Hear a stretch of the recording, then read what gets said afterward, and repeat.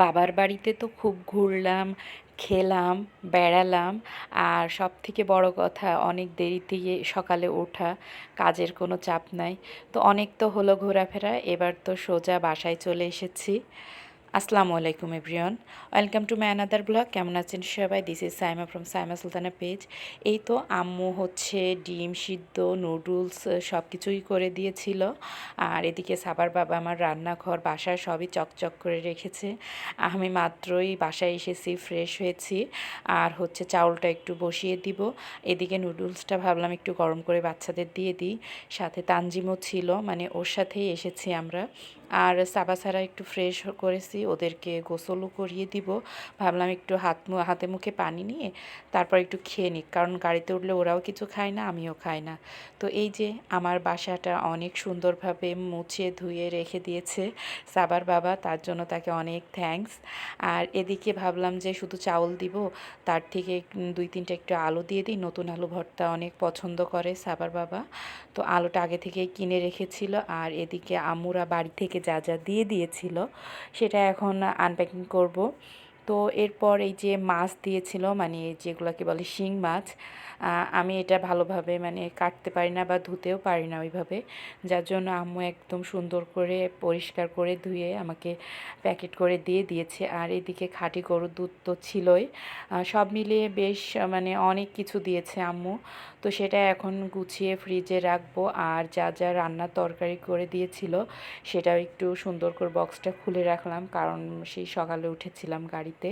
তো এরপরে যে কলা, তারপরে কচু ঘন্ট, তারপরে হচ্ছে পিঠা মানে ধুপি পিঠা, তা কুলসি পিঠা, মাংস রান্না সবই করে দিয়েছিল, যাতে আমার 1-2 দিন প্রথম প্রথম কিছু রান্না না করা লাগে, বাসাটা গোছগাছ করে আমি ফ্রিভাবে করতে পারি সব কিছু। তো এরপর এই যে ছোট টাকি মাছগুলা দিয়ে দিয়েছিল। আর এর ভিতরেও সবই হচ্ছে মানে দেশি মুরগি বাড়িরই। আর ছিল পুঁই ফল, তারপরে মটরশুঁটির শাক, তারপরে ছিল কচু। এইগুলা হচ্ছে আপু মানে আপুর শ্বশুরবাড়ি থেকে আনছিল, সেটাই দিয়েছে। তারপর ছিল চিড়া ভাজা গুড়। আর আপুর শ্বশুরবাড়ি থেকে এইগুলো আনছিল। এগুলো আমাদের ওদিকে কলে কাটা পিঠা বলে, আপনারা কে কী বলেন জানি না।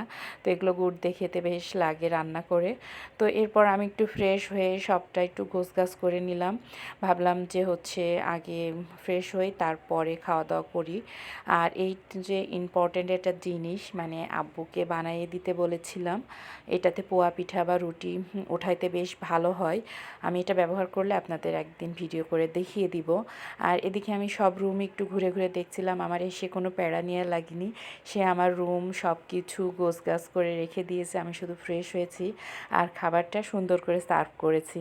তো যাই হোক, সব কিছুই ঠিকঠাক আছে। ভাবলাম গোসলে যাওয়ার আগে আমি ওয়াশিং মেশিনে কিছু কাপড় দিয়ে দিই, মানে যেগুলো জমা ছিল বা সাবার বাবা যেগুলো বাসায় ব্যবহার করে রেখেছিল সবটা একটু দিয়ে দিলাম।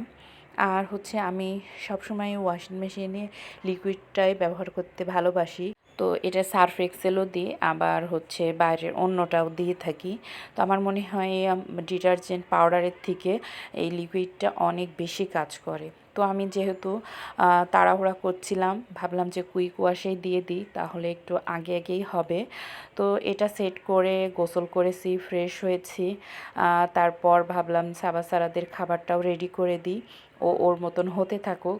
তো এই তো সেও তার মতো রেডি কাপড় ওয়াশের জন্য। আসলে কেউই থেমে নেই এই জগতে, সবাই যার যার কাজ করে চলেছে।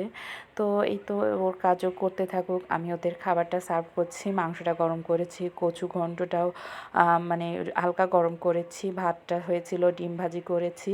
আর এই তো সেই নতুন আলু মাখা শুকনা মরিচ ভাজা দিয়ে, এটা সাবার বাবা খুবই পছন্দ করে। পাশে একটু সাবাদের জন্য রেখেছি, ওরাও ডিম ভাজির সাথে আলু ভর্তা অনেক পছন্দ করে। ওদেরকে এইভাবে আমি দিয়ে থাকি, ওরা খায়। তো যাই হোক, যে যেখান থেকে আমার ভিডিওটা দেখছেন, পছন্দ হইলে বা কোথাও কোনো অংশে ভালো লাগলে অবশ্যই লাইক কমেন্ট শেয়ার দিয়ে পাশে থাকবেন। আর আজকে এই ব্যস্ততম একটা ব্লগ এখানেই শেষ করব। ভীষণ খিদে লেগে গেছে। তো সবাই ভালো থাকবেন, দেখা হবে পরবর্তী ব্লগে। আর ভালো লাগলে অবশ্যই একটা কমেন্ট করে জানাবেন কেমন হলো আজকের আমার এই ছোট্ট ব্লগটি।